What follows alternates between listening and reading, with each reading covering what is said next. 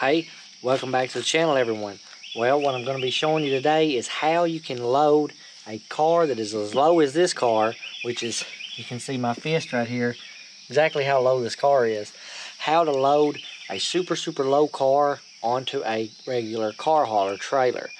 Mine is just a regular 18-foot metal bed trailer, same as the wood one. And we're going to go and show you exactly how you can load this car so that you can take it to the track or take it to car shows out of state and not have to put miles on it. So now, well, with your trailer hooked up and secured to your ball, the jack is also a good tool that you can use to raise the front of the trailer up to give the trailer that pivot point so that it doesn't have that sharp angle if your car is very low to the ground. So just by using the jack with it hooked to the car, you can raise the trailer up while it's still hooked up to the car. Of course, that's a very special note. Make sure it's hooked up to the car, because if not, it'll throw it straight up in the air and it could damage the car that you have parked in front of the trailer. But use the jack to help raise the trailer up and give it that pivot point you need to get a little more ground clearance. And that gives us our pivot. Okay, now the ramps on my trailer are tucked up inside the back, so I'll just simply pull those out.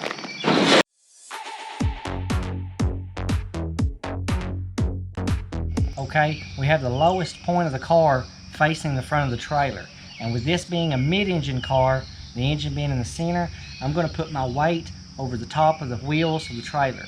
Now when you're loading a trailer, you want to make sure the majority of your weight is on the top of those wheels as center as can be. Well, the front point is the lowest part of this car, and we have our ramp sit down, and I can already tell when the car's pulled up, we're going to see exactly how close it is to this ramp. But if it doesn't fit, all you need to do is simply get a block of wood, sit it up to stack it to step up from your car to your trailer ramp. Right here are my tri-fold ramps. You can pick these up at your local Walmart. They will withstand 500-pound max per side or 1,000 pounds. Well, our car is not going to have over 1,000 pounds on these at one time. So I'll show you exactly how to use these.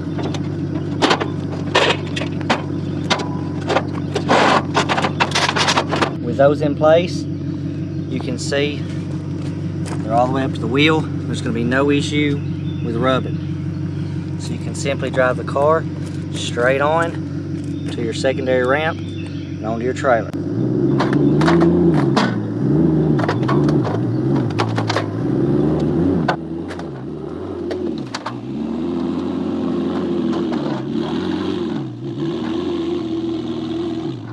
Now you can use blocks of wood in place of these, but as cheap as they are and they fold up, you can use them for ATVs and other uses.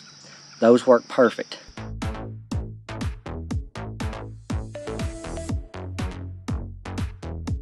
There it is.